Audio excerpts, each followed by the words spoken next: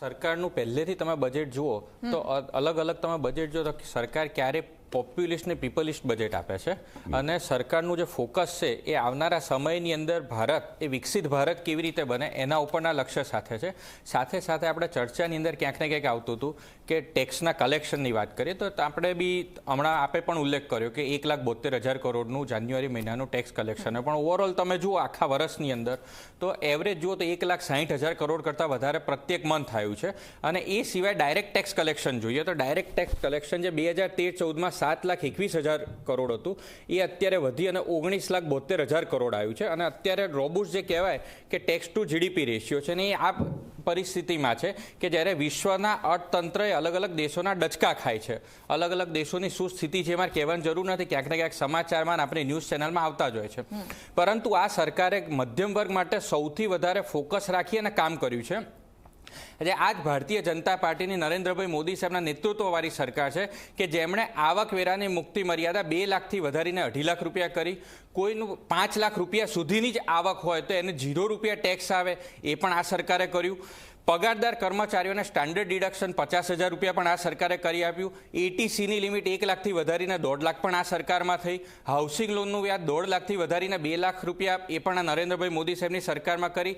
એટીડીની વીમા પ્રીમિયમની મર્યાદા 15,000થી વધારીને 25,000 પણ આ સરકારમાં થઈ. સિનિયર સિટીઝન માટે 50,000ની મર્યાદા પણ આ સરકારે કરી. એનપીએસની અંદર 50,000 એ પણ આ સરકારે કરી. અને વેલ્થ ટેક્સ જે કહેવાય એ અને એન્જલ ટેક્સ નાબૂદ પણ આ જ સરકારે કર્યો છે. અને વિશ્વની અંદર ભારત એકમાત્ર એવો દેશ છે કે જે રેપો રેટ કરતાં વધારે વ્યાજ એ સુકન્યા સમૃદ્ધિ યોજના, સિનિયર સિટીઝન સેવિંગ સ્કીમ અને પીપીએફની અંદર આપે છે.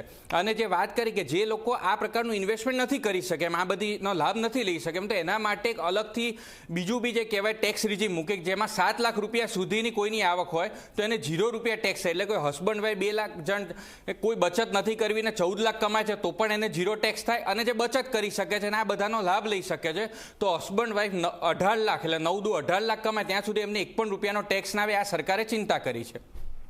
હવે જો બીજી વાત કરીએ કે આવકની જે અસમાનતાની જે વાત કરતા હતા તો આ સરકારની અંદર છે. હમણાં જ નીતિ આયોગનો રિપોર્ટ અને આપણી ચેનલ પર પણ આવ્યો હતો કે મલ્ટી ડાયમેન્શન પોવર્ટીમાંથી પાછલા 9.5 વર્ષમાં 25 કરોડ લોકો બહાર આવ્યા છે.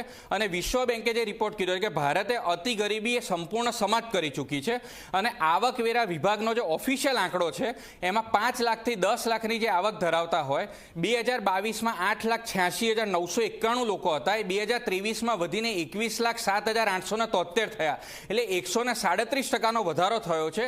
જે 5 થી 10 લાખ એટલે મધ્યમ વર્ગના વ્યક્તિઓ અને 10 થી 20 લાખની આવક ધરાવતા હોય એમાં 190% વધારો થયો છે. એટલે આ સરકારે જે પ્રકારે કામ કર્યું અને જે નાના જે કહેવાય લોકો તો એમના માટે જે કહેવાય કે પ્રધાનમંત્રી આવાસ યોજના છે, નળથી જળ, આજે 65 વર્ષથી દેશના લોકોની માગણી હતી એટલે કિલોમીટરો દૂર સુધી ચોખ્ખા પાણી માટે જવું પડે. 3.5 લાખ કરોડ રૂપિયા સરકારે એના માટે ફાળવ્યા.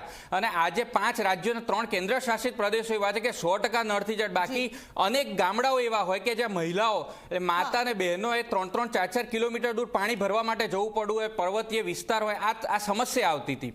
એટલે સમસ્યા હજુ પરિપૂર્ણ નથી થઈ. પ્રેરકભાઈ આપણે પણ જાણીએ મેં કીધું કે 5 રાજ્યો અને 3 કેન્દ્ર શાસિત પ્રદેશોમાં 100% થઈ ગયું છે, બાકીની જગ્યાએ ચાલે છે. એ પરિપૂર્ણ નથી થઈ. આપણે હકીકત જાણીએ છીએ. ગ્રાઉન્ડ ઝીરો પર અમે જઈએ છીએ. ઇલેક્શન આવશે એટલે ફરીવાર જઈશું અને જે સામાન્ય જનતાના પ્રશ્નો છે ઉજાગર કરીશું. પરંતુ આ બજેટ લક્ષી ચર્ચા છે. બજેટમાં ઘણી બધી જે જાહેરાતો થઈ છે, મેં પહેલા જ સવાલ એ કર્યો હતો કે પરિપૂર્ણ કેટલી થાય છે. આ સાથે જો હમણાં જે રીતે સમાચાર જે સવારે આવ્યા છે, ગેસના ભાવ પણ જે રીતે વધ્યા છે, ઘરેલું ગેસના નહીં પરંતુ જે રીતે આપણે જો એલપીજી